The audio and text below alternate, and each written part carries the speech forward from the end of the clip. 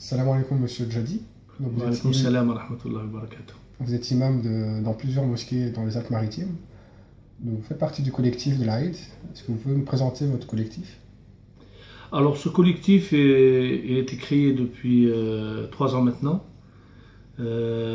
suite au contrôle effectué par les autorités des Alpes-Maritimes à l'époque.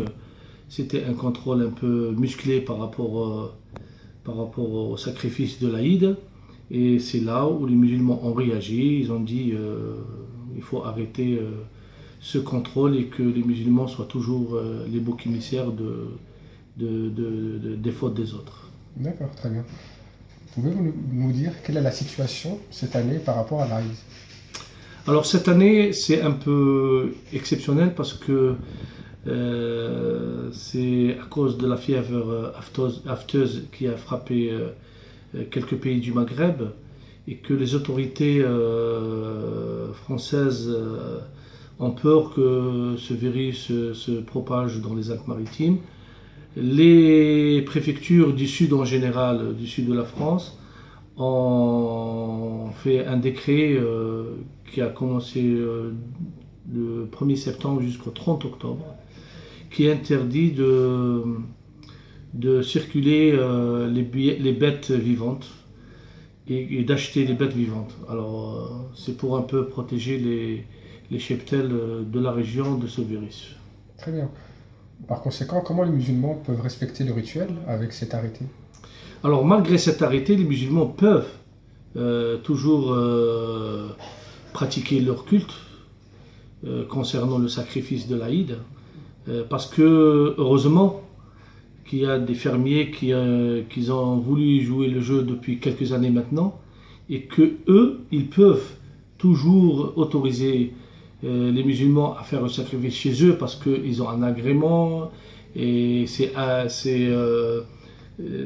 mieux sécurisé, etc., etc. Et maintenant, les musulmans peuvent se diriger vers ces fermiers qui ont l'agrément.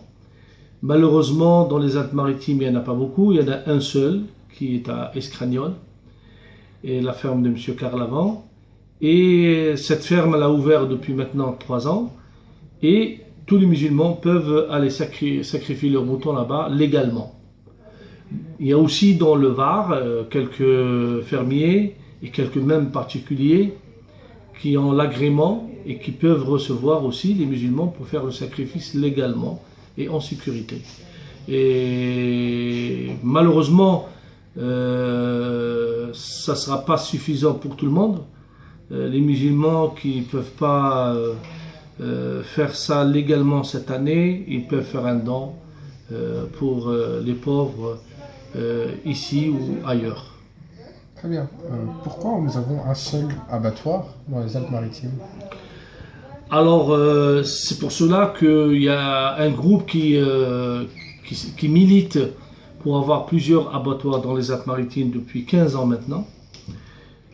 Parce que les musulmans ont commencé à bouger, pas depuis la création du collectif, mais depuis beaucoup plus longtemps, 15 ans déjà. C'est beaucoup.